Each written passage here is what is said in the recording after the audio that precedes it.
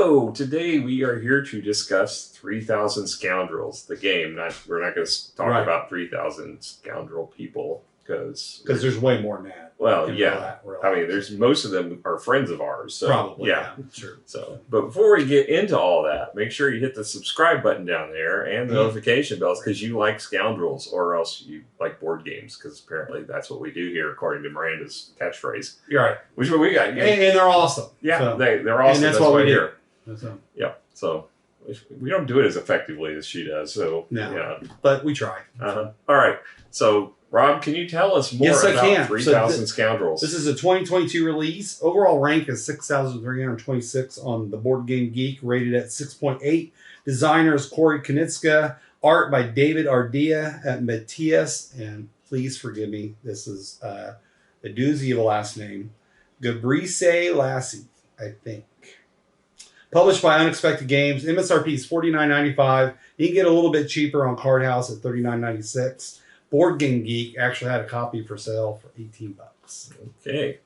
So let's talk about what you get in the box. Now, these poker chips were actually a promo add-on that whenever I picked it up at Card House, they actually threw in for me because they're awesome. They are very cool. So yeah, these replace cardboard tokens that are your henchmen. The cards are very similar to what you see in like Mystic Vale, but they're not as big. They're standard card size, and you've got the see-through, and then you've got a regular card stock that goes behind it. Those cards do not have a linen finish; they're just which is probably good because they'd probably be a lot harder to slide in and out. I guess so. Now, the cards you have in hand, this is my biggest disappointment. They're tiny. They're not full-size cards. You're playing cards. Yeah, they're like the little decks of cards that you sometimes can see like as freebies or like the micro Euro size or whatever it's called. Yeah, I wish these were full-size. Again, also glossy. But technically you could. I mean, it wouldn't fit your board. Yeah, you wouldn't fit the board if you did. That's probably why they went with the small ones because of the board just space. Size. Yeah. This fits nicely on the table. It's not an oversized game like we've been seeing a lot of lately. So having the smaller real estate, I guess, is why they did it. It's not horrible. It's just kind of But those are the main things you're going to be playing with during the game. Then you've got a central board. It's decent. It's small, but it's effective. It's got everything. It works everything. You can see where it goes. And then you've got sleeves that come with it. Yeah, actually came with the game, so that's kind of cool. Yeah, they kind of have to because you've got 3 different kinds of, like, I guess, not complexity, like but base the level. Yeah, the levels of the traits. So you're matching basically an adjective with a noun as far as pairing up kind of a, we call it not Mad Libs, but something. Yeah, kind of like that. Yeah. So you're pairing an adjective with a noun to make a combination, and in theory, they come up with there's 3,000 of them. Yeah, I don't know if that's Devious Cow. That was our favorite. Yeah, Devious Cow. Well, we had a horse at the beginning. Yeah, Greedy Horse. Greedy Horse was pretty good too. So you get some unique combinations. We had a spy. There was a guy with a mustache tipping his hat, was wearing a full gown. That was pretty cool. And then the lying outlaw. Go figure. Yeah. Yeah. Who'd have thought? That never happens. All right. So, I think that it's nice for what it is. I don't think there's anything outstanding except for the poker chips, which also are not in the box. So I don't know if we can really rate them. We replaced, it has cardboard money. I wasn't a big fan of it, so we used the poker chip money because we thought it was thematic with the game anyway. I'm probably going to go ahead and I'll give it a 6.5 because of the sleeves and but the clear cards, but there's nothing outstanding. Yeah, I mean, I think I might have went up a little bit if this wasn't a promotional item. If it was if it was actually in the box, then I'd probably go up to a 7. But I think 6.5 is a good score. All right, so let's talk about the theme. So this is kind of we had the Boone Lake that we played where it was a futuristic, like Western environment, which didn't understand why, because it was like there were tech chip symbols all over it. This one actually explains why. So maybe this is like the precursor to Boone Lake. They're not related at all. No, not even this close. one actually makes sense why there's tech chips and it's Western, because this is kind of like, if you're thinking of a certain movie that starred had Marty McFly in it, Right. going into the back into the Old West, it's kind of the feel of that. You've got a scientist that traveled here and left some of his technology, actually rather a lot of it, quite a bit, really. and safes back in the Old West, and now we are bandits and outlaws who are trying to get our hands on that technology and then use it to steal. Why you don't just steal the money instead of trying to steal the technology first and then steal the money? But who knows? So the idea is we are scoundrels and we are looking for these technological advantages to be able to take money from the banks, I guess. To steal more money more efficiently. Yes. So anyway. The most fun of this is just the combinations of all the cards, really. That's where the fun of this game lies. You're creating combos that give you special abilities when you play your poker cards. And there's bluffing potentially because you've got a hand of 7 cards that you've got to play, which we'll get into more in the gameplay. But when you play, it's you're taking advantage of triggering some of these cards based upon your placement. I thought it was a fun Western theme. Matter of fact, we should have done this for Western Wednesday. I forgot to wear my... It's been a while since we've done a Western Wednesday. I know. I forgot my cowboy hat. That's and true. my vest. Because you could have totally waited to release this. Definitely is a Western Wednesday game. It is definitely a Western Wednesday game. So, it's a futuristic Western Wednesday or a fantasy. I don't know if you call it fantasy. We can still call it Western Wednesday because this is Wednesday that we're You're right. We are recording this on a Wednesday. Absolutely. So without minus the hat tonight. Minus the hat. This is Western Pretend Wednesday. I've got a cowboy hat on and a vest and a sheriff's badge. So this definitely fits that theme. I like how they work the poker into it. If we're going to go with the Western, talk about the Western theme aspects. I like the way they integrated the poker. It's not really poker, though. Well, you're not really playing. I mean, you're playing a card, but the bluffing part of it. But that's it. Yeah. There's really no poker at all. Yeah, and then the art is... The art is really good. I do like the art a lot. Yeah, I like the old style, the way they made it look. There's not a whole lot of things from a Western setting that are incorporated into this game, though. Yeah, other than the look of the boards and the cards, there's no feel about the Old West because there's so much tech involved. Yeah. So all in all, I'll probably give it a 7 as far as theme. Yeah, I think 7's accurate. But it's too much of a mashup to really make it feel one way or the other. Yeah. All right, so let's talk about the rule book. So the rule book's very pretty. It's got a nice full cover. We've been getting a few of these full cover ones. Usually you don't see that, but this one actually has it. And the back has a quick reference cheat sheet, which is nice because you don't really need a cheat sheet in this game. We really didn't really need it. But it's there if you need it on there, and but you do have a little card too that kind of helps. Yeah, you got a cheat sheet card too. Yeah, I forgot about that. It's 16 page length rule book. It's not too long, so it's pretty quick to get into the game. You've got a nice component list with also the count, also good. You've got basically it kind of goes through the key concepts at the beginning, explaining what you use the poker cards for, and the scoundrels and the safes, and then you go into the setup. Kind of an interesting order to things instead of going straight into the setup, but whatever. Then you go into the play of the game, and you've got 3 steps in the game, which we'll go through here in the gameplay. And then your end of your day effects, which you play. This is a really not a very long game. You play it in the starter. You play it for 2 days, which is basically 4 actions per day. Basically 8 actions. So you're gonna be playing 8 actions total in the game, and then the long game you'd be playing 12. Right. Then there's also a add-on built in where you can give people variable player powers in here, and then after that you add up how much money, how much technology you've earned, because that's the unit of scoring, and that's the end of the game. Basically, it's very simple, straightforward. The rulebook does a good job teaching it. It's just kind of laid out a little weird. I'll probably go ahead and I'll give it probably a 7.5 on this one. It's okay. It's nothing outstanding.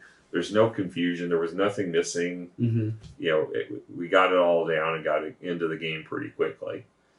So okay, sounds good. moving on to gameplay. So in this game, you've got a deck, I should say, of 7 cards. They range from 0 to 6, and the ace is the 1. They have no significance the values on them, other than where you play them on the board, and you can bluff. You don't really have to play the value of the card. Right. So based upon where you play it on your board, it's going to trigger some benefit, or if the card, like if you play it as a 6, it doesn't give you any benefit unless you actually have one of these scoundrels in your play area that gives you a benefit for 6. If you have more than one for a number, you trigger it in the order you prefer.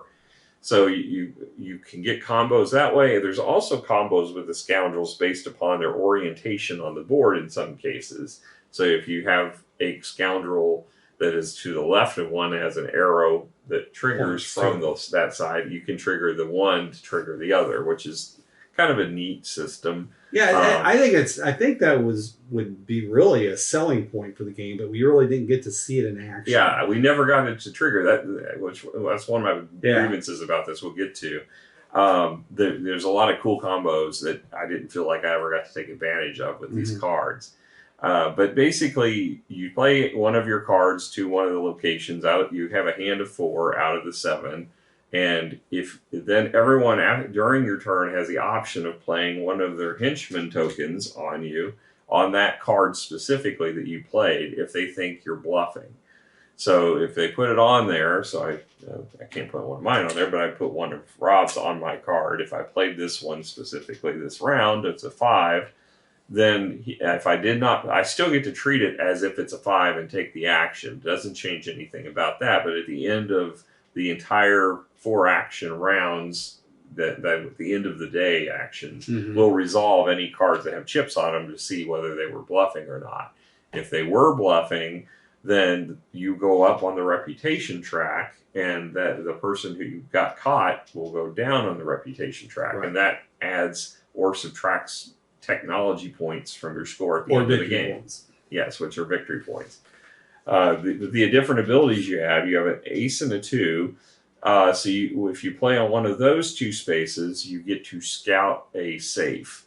And basically there's 5 safes that are distributed at each of the locations, 3 different locations, and they give you a distribution on the board on point value of the point values of the safes. Now one is removed from the game, so it may be the one of them that is the higher scoring. You don't know; it could be a low one.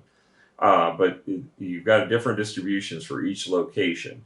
So if you scout, you get to take a look at it, see what the value is, put it back down, and then you have markers that range from 2 to 7, and you put a marker on there.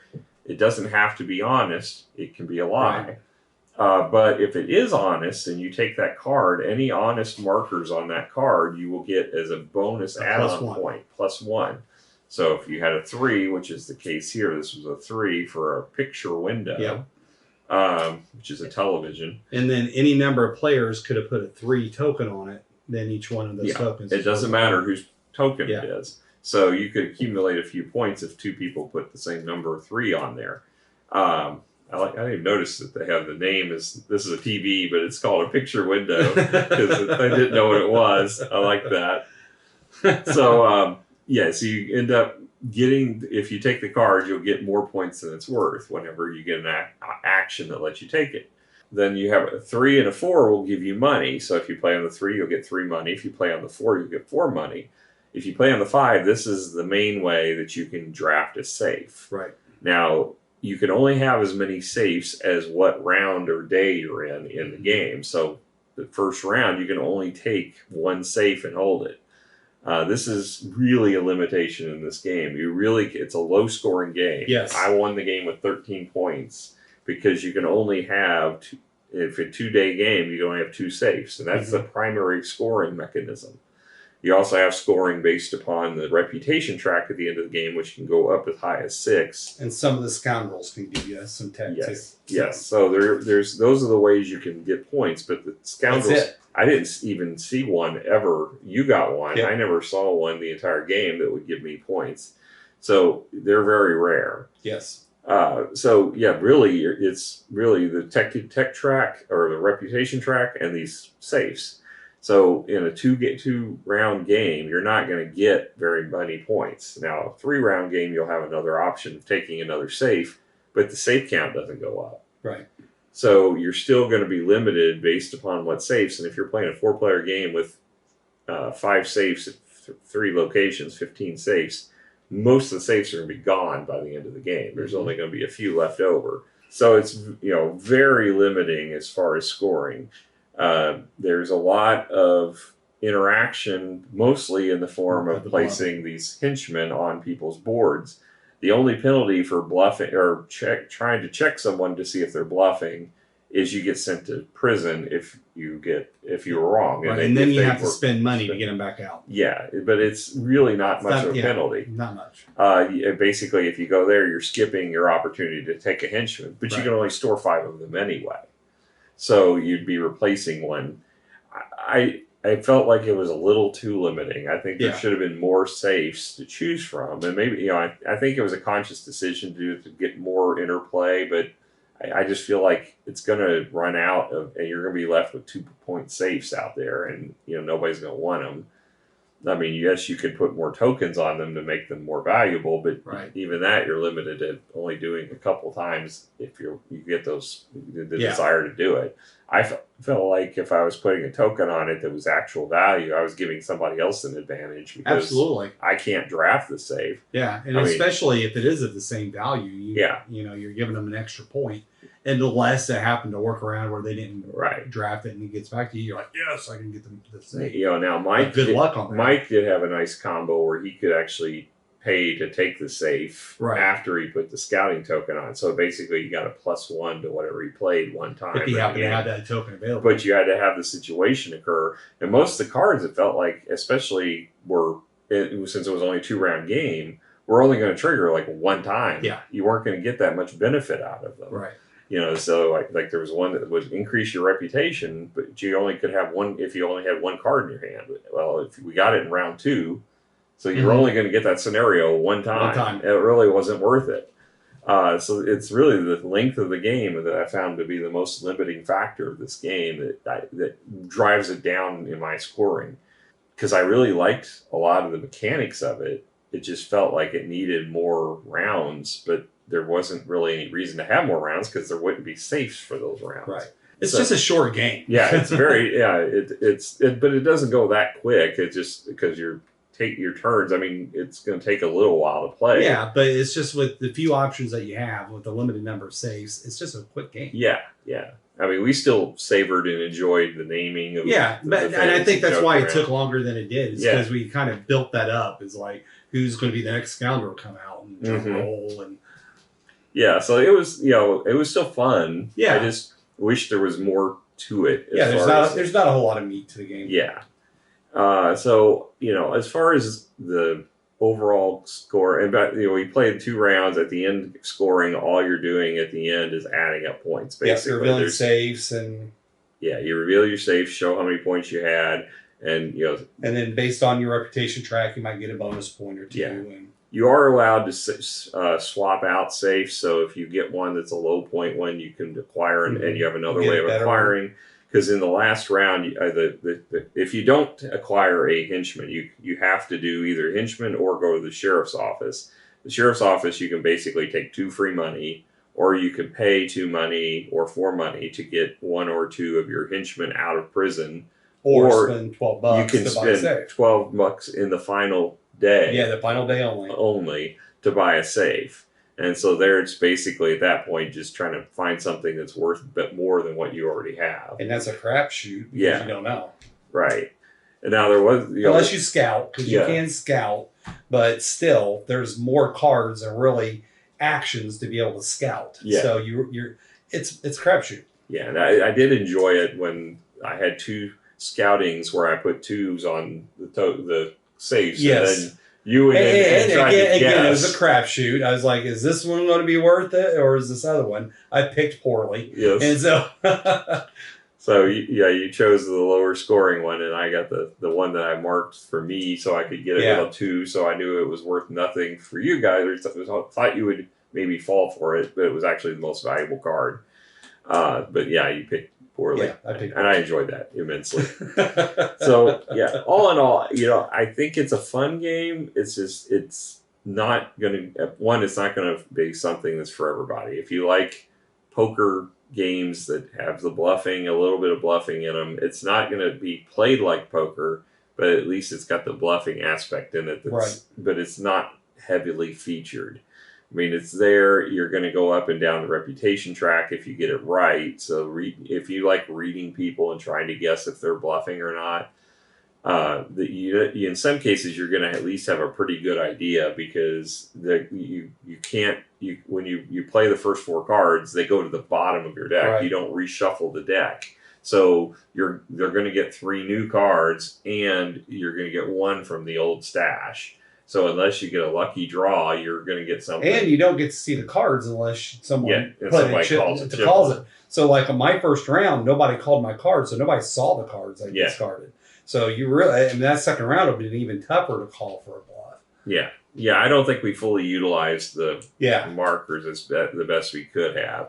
And, I was just lucky to have called him on one of his, because I ended up with a 3 and a 4 to start the game out for money, and I think you guys jumped on the 4 whenever I played it. Right. But no, you guys didn't bluff. You guys caught my only bluff. On the first round. That's right. Then you caught mine on the second round, and that actually made me drop a point, and you gained a point. And that's one thing. There's one card in there, and I do think that's a neat feature, where there's only one. There's a card that's a 0 value. Yeah. And there are no 0 locations, so it forces you to guaranteed bluff. You're going to get that, because there's only 7 cards, and you're drawing 4 over 2 rounds. You're guaranteed to have that 0 at some point. You're going to have to bluff. So if you're someone that doesn't like to bluff in games, that's going to be frustrating to you. All in all, it's not a heavy bluffing. Feels like a heavy bluffing game. It's not feeling like a game like where you're having to integrate poker into it, really. But it does have aspects of it. But it's all about the whole trying to seek out those safes. Really, is what it comes down to, and trying to create neat combinations. I enjoyed the combinations. I just wish they would have fired more often. And I don't think there's enough turns in the game to make them really fire that often. So all in all, I'm probably at a 6.5 on this one. It's okay. It's not my favorite. It's certainly not my favorite Corey Konieczka game. We know that. But it's an okay game. It's not bad. I'm just a little bit lower, and actually we played with Mike again, and he brought out a good point. Is like there's just I feel like I would have fun with it for maybe a month, and then after that I'd be done with it. So there's just not that much replayability built into the game, because it'll get kind of boring trying to figure out the safes and trying to get the most valuable. I mean, the variety is going to be the different type of scoundrels you could get, but that in of itself doesn't lend that much fun to it. At least it does at first, but I think that would get fairly boring soon. Mm-hmm. So I just don't think there's enough meat to this to want me to keep playing it multiple times. I think I could play it 5 times and I'd be done. Well, again, I think if there was more utilization of the Scoundrels, because you get, there are a lot of unique combinations you're going to get, but the fact that none of them are going to fire that much. And that was the most frustrating part, is like, you get this, like, I thought, I got some pretty powerful ones, but one of them I had to get down to 0 money, and that's not as easy as it seems, because you can't just spend money for whatever. Yeah. You can only buy one card, and you have to buy one that's exactly enough to eat up all your money to get like $8 back on your next turn. So, if you manage to pull it off, which I did twice during the game, it's worth a lot of money. I got to fire it twice. And that was it. And, the one that I got that gave me like reputation or whatever, I never got to fire at all. Mm-hmm. And I could have forced it to fire one time, but it would have been less beneficial than the actual actions I got if I played, the way I. Right. So it didn't work out where I could fire them that often. And I think that's going to be the rule, not the exception. I think you're going to see that most games, the card just because it's the luck of the 3 cards that are up, and you go to buy one, whether it's going to be beneficial for you or not. Right. So I'm pretty comfortable giving it a 6. There's just not a lot of meat to it. for me, the best part of the game is the artwork. I really do like the artwork a lot, but it's just not enough there for me to want to keep coming back multiple times to play the game. Mm-hmm. Now, I do think, this is the base game with 2 rounds. I think 3 rounds will be a little better. That could change my opinion. But I don't think it's going to be I don't think it's going to change better. it a lot, but it could make it a little bit better. Yeah, and the variable player powers, yes, it's going to add a little bit to it, but, we haven't tested to see if they're even broken, which I'm hoping they're not. There are like 2 to choose from for each player. Each player. So there's enough that you have a little variety with them, too. So... a lot of potential, just didn't kind of meet the potential that I was hoping for. Yeah, I was hoping to have a little meatier of a game, but it's a quick, for a quick little game, it's not bad. Not bad. So that's our thoughts on 3000 Scoundrels. Yeah, tell us what you think. Tell us what you think, and if you think we're scoundrels for having these opinions, let us know. Let us know. You've never been afraid to let us know before. So. All right, until next time. Bye. Bye.